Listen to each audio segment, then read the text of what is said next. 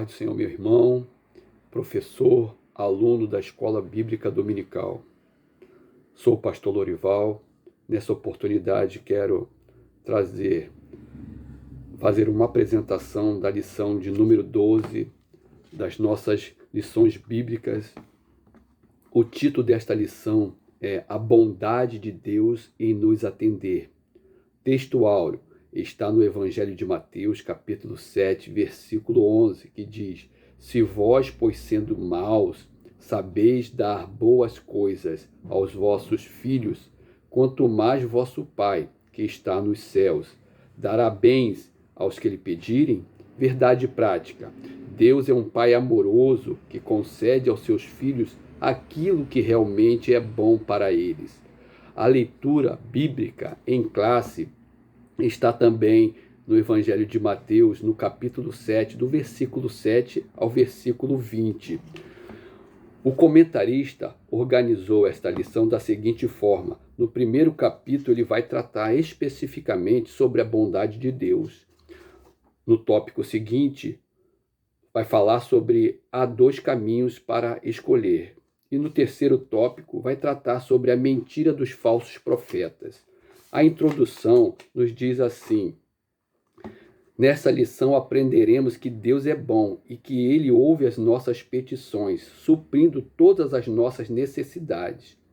Pedi e dar-se-vos-á. Buscai e encontrareis. Batei e abre-se-vos-á. Mateus 7, 7. Eu costumo dizer que quando batemos a porta da oração, Deus pode nos responder de três formas: com um sim, com um não e também com um aguarde. No primeiro tópico, o comentarista vai tratar sobre a bondade de Deus.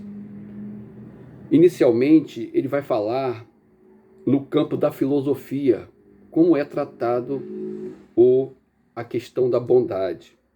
Filosoficamente, a bondade é descrita como sendo o princípio mais elevado da moral. Na Grécia, a benignidade era vista como o mais sublime atributo. Somente que devemos atentar que esse sublime atributo ele está relacionado ao homem. Isso para os gregos. Isso dentro da filosofia grega.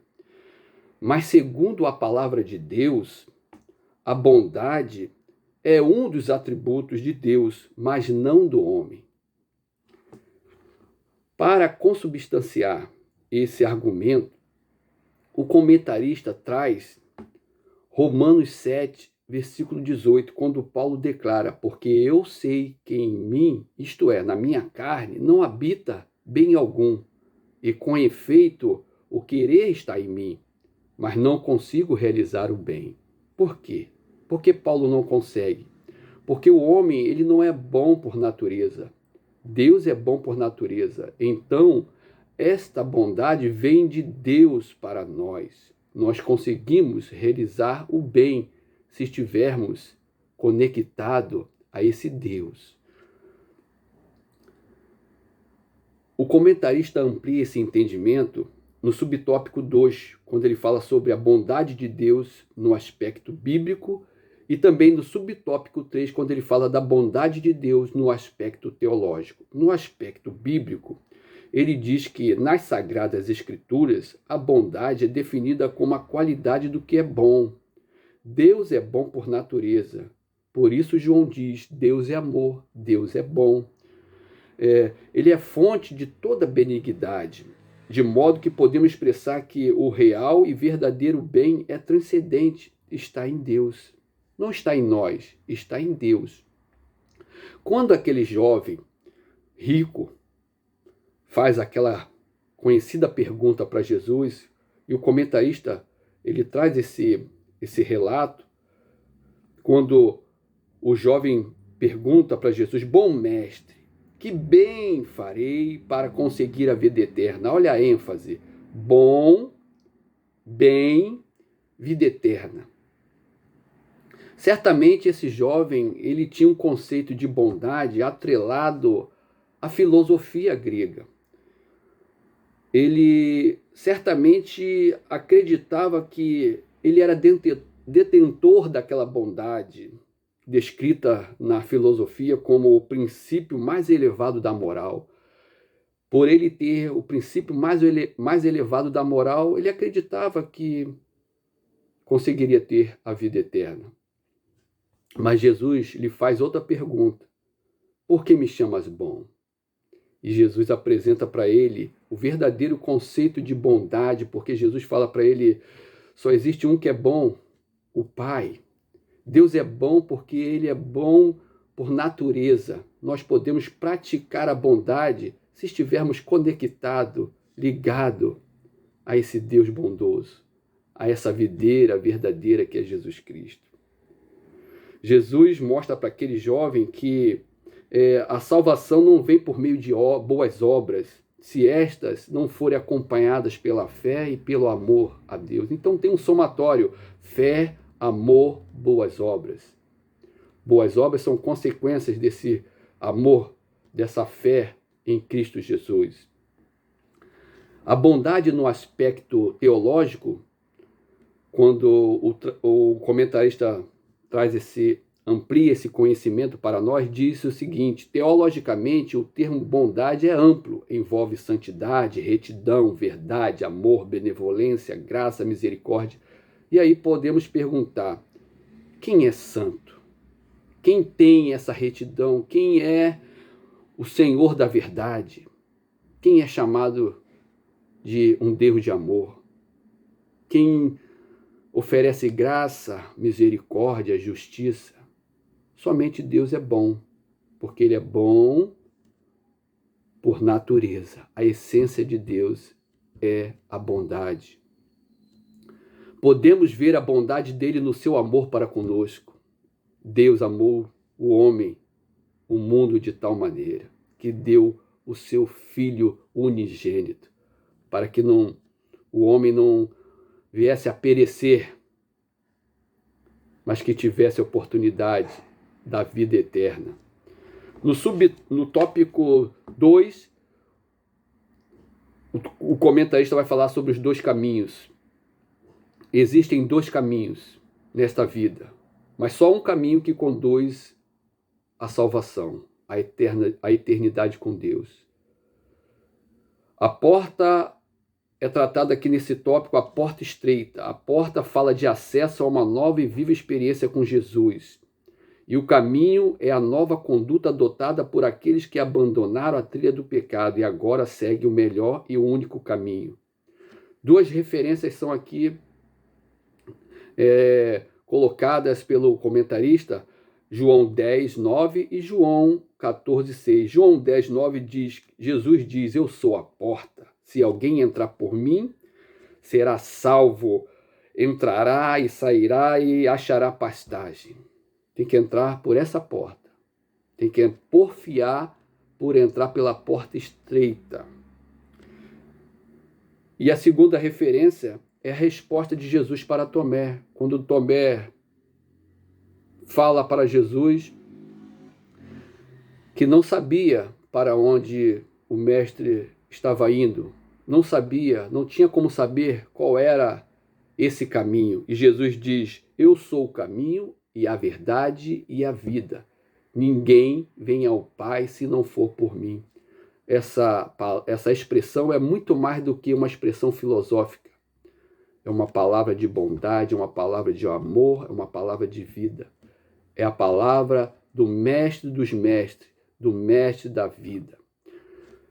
Interessante que o comentarista traz aqui uma informação, né, ele contextualiza essa questão da porta estreita, quando traz uma informação cultural, quando diz que às vezes a passagem de um camelo com a mercadoria por meio dela era impossível, por meio daquela porta estreita em Jerusalém, na Palestina. E muitas vezes era necessário a retirada da bagagem e ainda assim a pessoa teria que passar ajoelhada.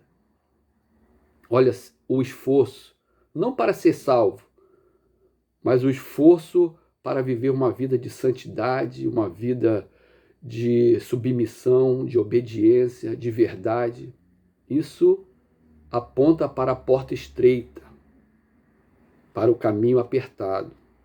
Muitas vezes será necessário passar de joelhos, passar chorando, sofrer humilhações, perseguições, mas passar para o lado da eternidade com Deus. Atos religiosos e as boas obras não podem levar o homem ao céu. Somente a fé em Jesus Cristo poderá conduzi-lo à vida eterna com Deus. É verdade. Boas obras são consequências do amor e da fé no Senhor Jesus. Glória a Deus. Mas são necessárias também para mostrar, para indicar que esse cristão está entrando pela porta estreita e caminhando pelo caminho apertado.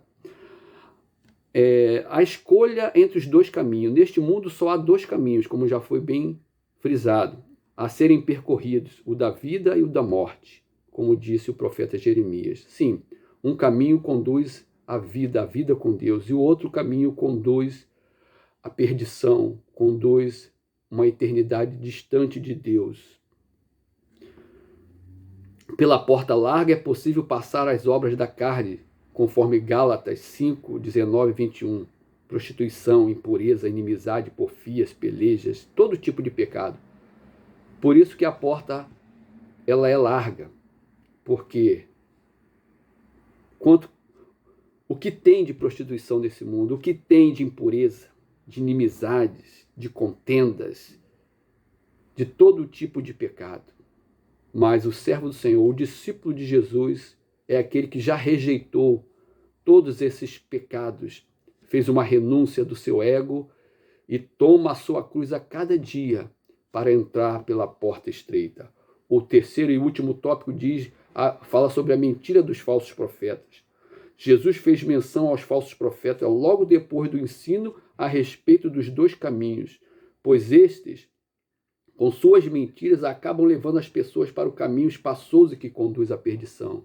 Jesus está nos alertando para esses que vêm como ovelhas, mas são lobos. Jesus está nos alertando para tomar cuidado, para não ser iludidos.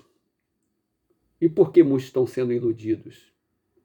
Acredito que muitos, até mesmo na seara cristã, estão sendo iludidos, porque hoje existe um público que deseja principalmente ouvir aquilo que eles querem. As pessoas hoje estão predispostas a ouvir o que lhes agradam mais.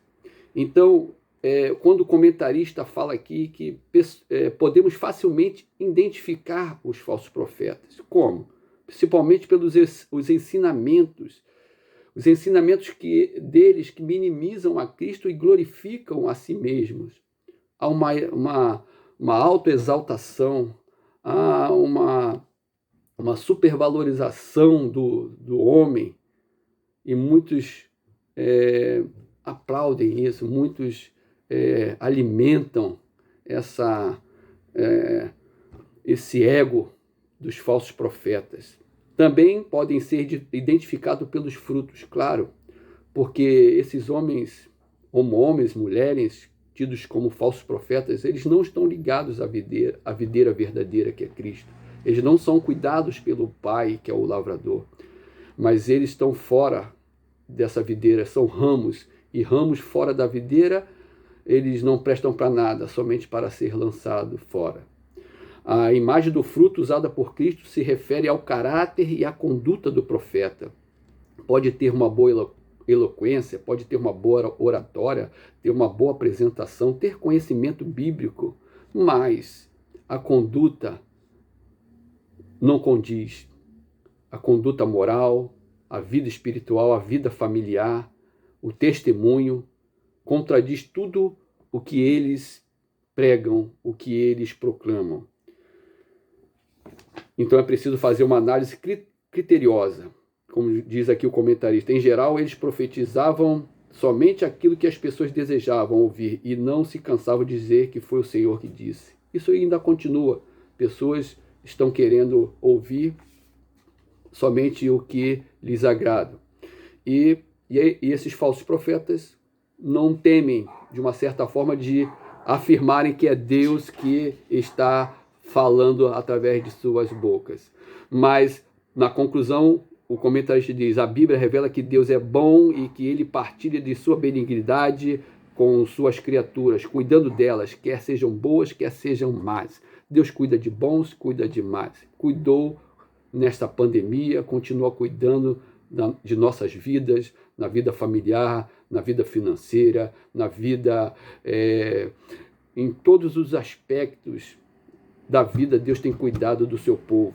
Estejamos sempre em alerta, pois existe aqueles que querem macular e adulterar os ensinos do nosso Salvador Jesus Cristo. Sim, os falsos profetas que querem conduzir muitos para o caminho largo. Mas vamos buscar cada vez mais estar caminhando pelo caminho estreito, pela porta, passando pela porta estreita, até mesmo se for necessário de joelhos, chorando, mas glorificando o Senhor. Que Deus nos abençoe, que Deus abençoe você, aluno, professor, que a graça de Jesus esteja sobre todos nós. Amém.